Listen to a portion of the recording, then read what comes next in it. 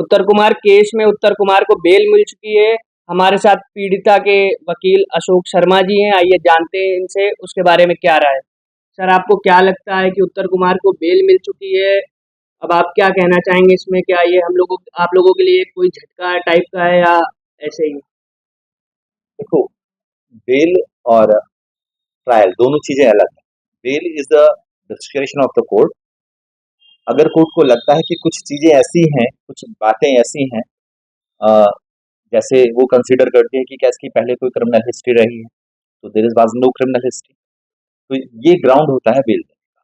दूसरी स्थिति, कई सारी बातें ये रही उसमें एफआईआर में कि उसमें डेट्स वगैरह नहीं लिख पाई थी।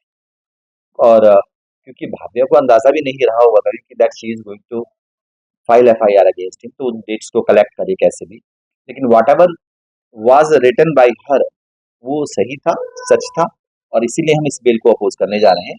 We are approaching High Court for that. Sir, लेकिन वो लोग तो जो उत्तर कुमार के पक्ष के हैं, वकील भी खूब कॉन्फिडेंट है कि वो निर्दोष है। उसके ऊपर इन्होंने दोष देना आसान होता है, लोगों को मतलब आरोप लगाना आसान होता है। तो ये या तो ये लड़की एक फेम के लिए ये कर रही है या पैसे की डिमांड कर रही है। आपको क्या लगता है? आप पीड़िता के वकील हैं, आप क्या समझते हैं कि ये क्या सच है या उसको फंसाया जा रहा है?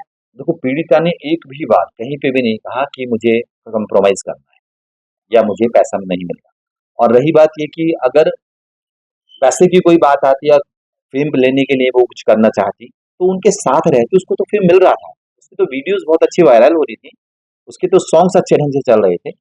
तो फेम तो उसे उत्तर कुमार के साथ लगने में मिला। और जहां तक मैं समझ रहा हूँ कि जो लोग कह रहे हैं कि वो अ, निर्दोष हैं, तो it is not so.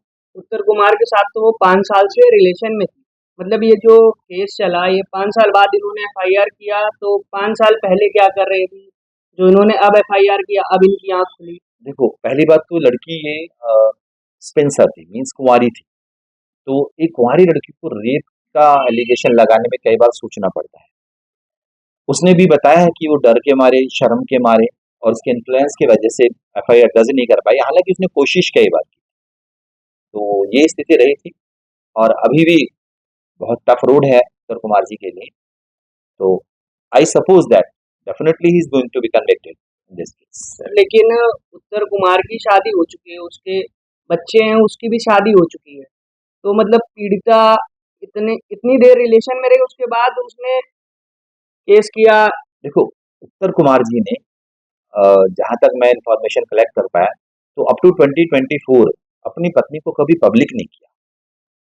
Even जो उसके साथ रहने वाले थे वो भी लोग किसी अन्य अन्य महिला को ही उसकी पत्नी मानते थे, ऐसा कुछ था। रही बात भाग्य की, तो देखो, हम लोग एक बात को समझ रहे हैं कि शादी के प्रॉमिस पर उसने सेक्सुअल रिलेशनशिप बनाया, ऐसा नहीं था। सेक्सुअल रिलेशनशिप रेप पहले किया गया, बाद में प्रॉमिस किया गया था शादी का। दोनों चीजें बहुत अलग हैं। तो इस केस में क्योंकि वो रेप पहले हुआ, बाद में चाहे वो कितने भी प्रॉमिस करता रहे, तो he is going to be convicted.